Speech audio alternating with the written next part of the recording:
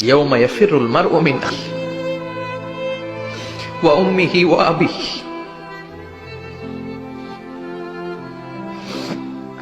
ওয়া সাহিবাতিহি ওয়া বানিহি লিকুল্লি ইমরিইম মিনহুম ইয়াউমাইযিন শাআনুন ইউগনিহি।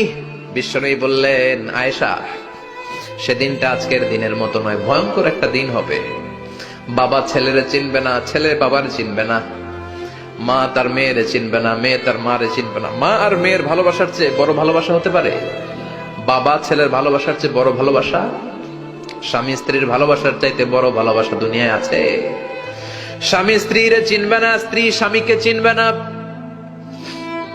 বন্ধু বন্ধুরে চিনবে না, ইমাম সাহেব মুসল্লিরে চিনবে না, মুসল্লি ইমাম সাহেবকে চিনবে না, নেতা কর্মীরে চিনবে না, কর্মী নেতাকে চিনবে না, পীর সাহেব মুরিদরে চিনবে না, মুরিদ পীর সাহেবরে চিনবে না।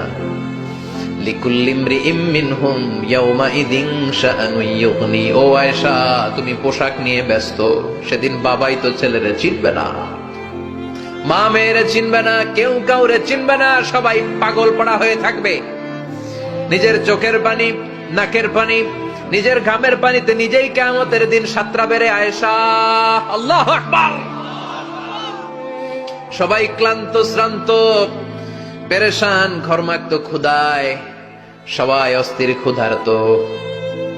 সূর্যটা মাথার একেবারে কাছে চলে আসবে, সূর্যের তেজদীপ্ত তাপে মাথার মগজগুলো ভাতের মাড়ের মতো গলে গলে নাকের ছিদ্র, কানের ছিদ্র দিয়ে বেয়ে বেয়ে পড়বে। কেন ইমাজিন, চিন্তা করতে পারেন? জিহ্বাটা কুকুরের মতো ঝুলতে থাকবে, নাভির সামনে এসে নাভিস্থল পর্যন্ত জিহ্বাটা ঝুলতে থাকবে। সবার মুখে চিৎকার, ইয়া নাফসি, আল্লাহ বাঁচাও। কানা মিকদারুহু 50 আলফা সানা, 50,000 বছর হবে কিয়ামতের সেই দিনটা। পাগল হয়ে যাবে, পাগল। আমি মুখোমুখি হতে যাচ্ছি সেদিনের, আপনি মুখোমুখি হতে যাচ্ছেন, আমরা সবাই সেদিনটা দেখতে যাচ্ছি। চিল্লায় এখন ঠিক কিনা? ও আয়েশা, লিকুল্লি ইমরিইম মিনহুম ইয়াউমাইযিন শাআনুন ইউগনি। এমন ভয়ঙ্কর দিন হবে, এমন ভয়ানক পরিস্থিতি হবে রে আয়েশা, বাবা মা চিনা যাবে না, পীর সাহেবরে চিনা যাবে না, কেউ কাউরে চিনবে না। আল্লাহ তুমি আমারে বাঁচাও, বাঁচাও বলে যে মাথাটা একবার উপরের দিকে করবে, কার গায়ে জামা আছে কার গায়ে জামা নাই সেদিক নজর দেওয়ার সময়টাও কেউ পাবে না রে আয়েশা। ওই নজরই থাকবে না, সবাই দাঁড়িয়ে যাবে।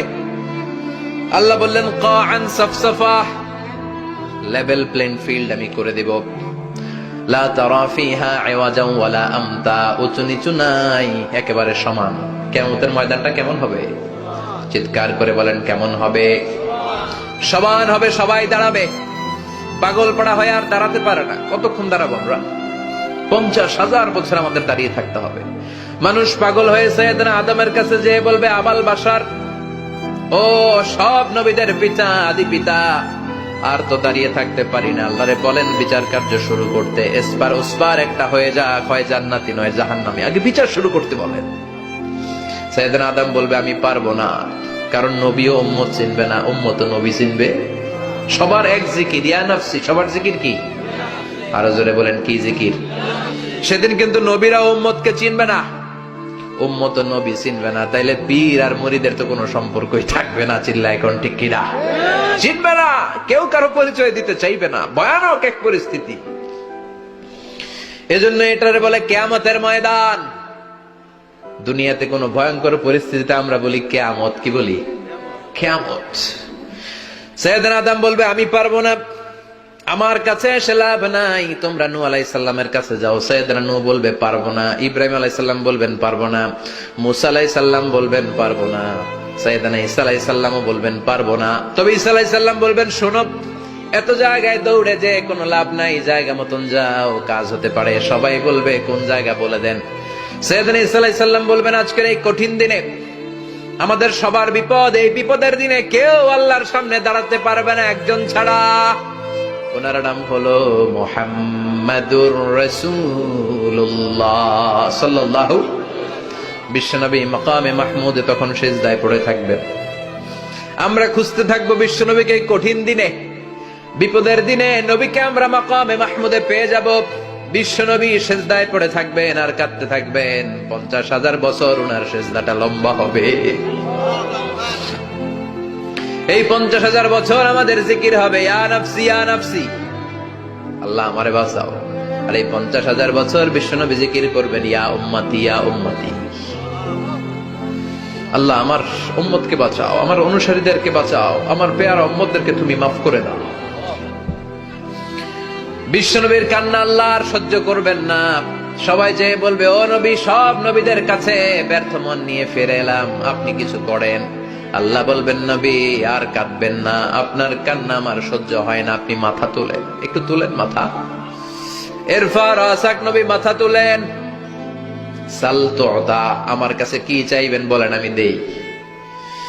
ওয়াশফা তুশাফা, শাফাত করেন ও নবী, যার জন্য সুপারিশ করবেন তবে তাদের জন্য সুপারিশ করা হবে যারা দুনিয়ার বুকে কোনো বেদাত তৈরি করে নাই।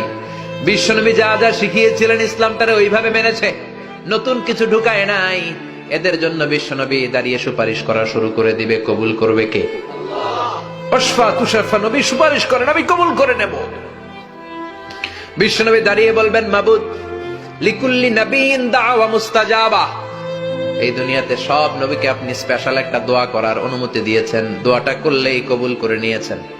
আর ওই স্পেশাল দোয়াটা দুনিয়ার সব নবীরা দুনিয়ার বুকেই করেছে, একমাত্র আমি করি নাই। সুবহানাল্লাহ বলেন। ওয়া ইন্নী আখতাবিউ দাওয়াতি শাফাআতান লিউম্মতি ইয়াউমাল কিয়ামা, আমি আমার দোয়াটা কিয়ামতের এই কঠিন দিন আমার গুনাহগার উম্মতের জন্য রেখে দিয়েছি। বিশ্বনবী তখন সুপারিশ করতে শুরু করবেন, চিৎকার করে পড়েন আল্লাহু আকবার। এই কিয়ামতের ঘটনার বর্ণনা নকশা এই সূরার মধ্যে এঁকে দিয়েছে কে? চিল্লায় বলেন কে? এরপরে আল্লাহ বললেন, ফাআম্মা মান সাকুলাত মাওয়াজিনুহু ফাহুয়া ফি ঈশাতির রাদিয়াহ ওয়া আম্মা মান খাফফাত মাওয়াজিনুহু ফাউম্মুহু হাওিয়া ওয়া মা আদরাকা মা হিয়া নারুন হামিয়া। পড়েন আল্লাহু আকবার। সবাই আমরা দাঁড়িয়ে যাব, বিশ্বনবী সুপারিশ শুরু করবেন, বিচার শুরু হয়ে যাবে। فأما من ثقلت موازينه فهو في عيشة راضية, বিশাল আল্লাহ বিচার কার্যক্রম শুরু করবেন, মিজানের পাল্লা বসাবেন। কি বসাবেন? আল্লাহ তাতাগাউ ফিল মিজান, আমার নামে নাম, আমার নামে নাম, মিজান বসাবে, মিজান দাড়ি পাল্লা। আসলে